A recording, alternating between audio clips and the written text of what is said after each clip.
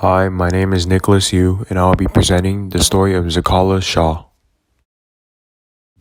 First, I want to read this quote that was pulled out of one of her written works. I was not wholly conscious of myself, but was more keenly alive to the fire within. It was as if I were the activity, and my hands and feet were only experiments for my spirit to work upon. This quote can have many meanings, but the way that I see it is that this quote is a representation of all the obstacles that she had to face. For example, when it says, I was not wholly conscious of myself, but more keenly alive to the fire within. In my mind, that means that she, in her earlier years of her life, did not know what she was putting herself into, like the boarding school that she really wanted to go to. But because she had been through such a rough time, she realized that the system that we live in is wrong, and she later took action upon it. Zitkala-Sa was born on February 22, 1876 in South Dakota in the Yankton Indian Reservation by the name of Gertrude Simons. She was raised by her mother, but her dad was out of the picture.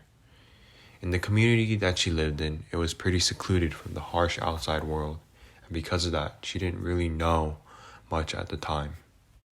Zitkala-Sa lived in an era of separation and suffrage in the United States. At a young age, she was taken to a boarding school where she had a very rough time and very bad experiences.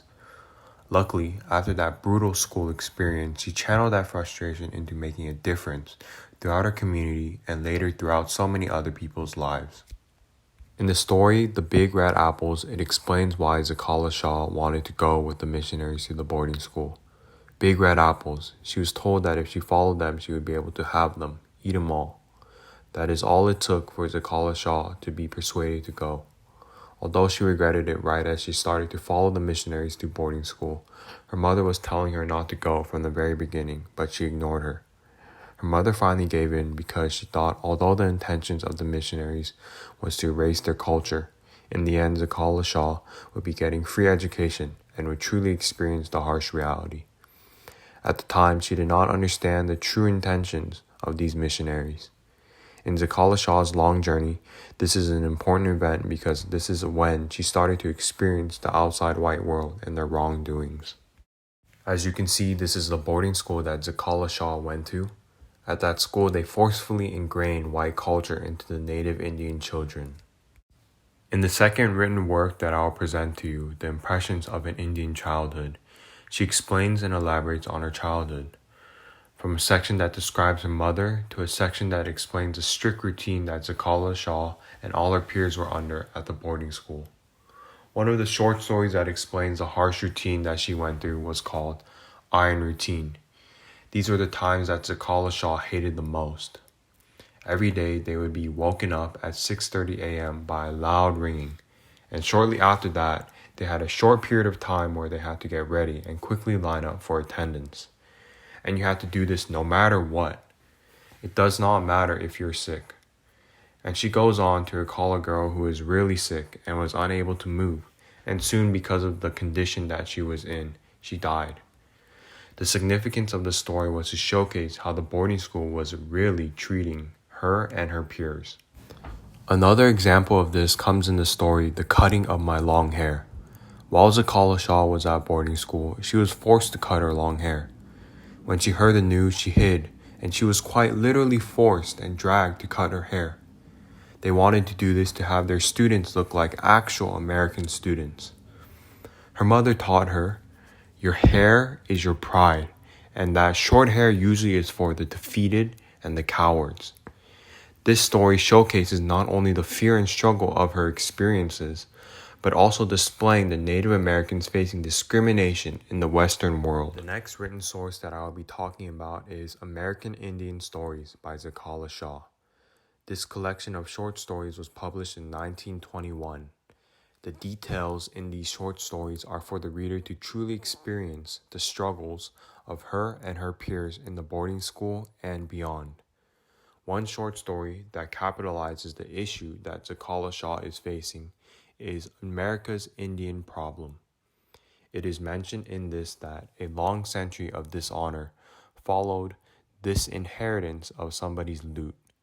We should open the doors of American opportunity to the red man and encourage him to find his rightful place in our American life. They're trying to say that American Indians have not been treated like the rest, have not been treated like citizens, and they don't have the rightful freedom that they deserve in their land. And one of the many people who realize this underlying problem is Zitkala-Sa. For example, the incidences that I explained earlier at her boarding school. After these incidences, she realized that people like the missionaries were indeed trying to set a new culture on her, while trying to erase her original culture. And so, in response to that, she started writing, and in turn fell in love with it. She would write to share her experiences, her thoughts, her fears, and the narrative that explains the struggles of her life that she pushed through. Soon enough, her stories were made public, publishing it in magazines and other public outlets. After her school experience, she returned home from school to live with her mother. But shortly, she returned back to school to continue her learning and to study piano as well as violin. And because of this, she was hired as a music teacher. After she got her diploma, she gave a speech on the basis of women's rights. And then, she furthered her education at Earlham College under a scholarship that she was offered. After that, she joined the Society of American Indians. The group's purpose was to fight for saving Native Indian culture as well as fighting for full American citizenship. She fought, giving lectures across the country about saving Native American culture so others are aware of this issue. And finally, the Indian Citizenship Act was passed in 1924. This act gave Native Americans the right to U.S. citizenship. But that was not enough. They still were not guaranteed an individual vote because of this act.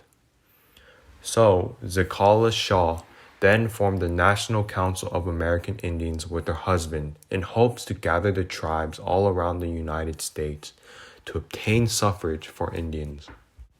To recap, throughout Zitkala-Sa's lifetime, she did a lot of things to make a change. She wrote books to narrate her life, stories about her earlier life, about boarding school and how they treated individuals like her, and so much more.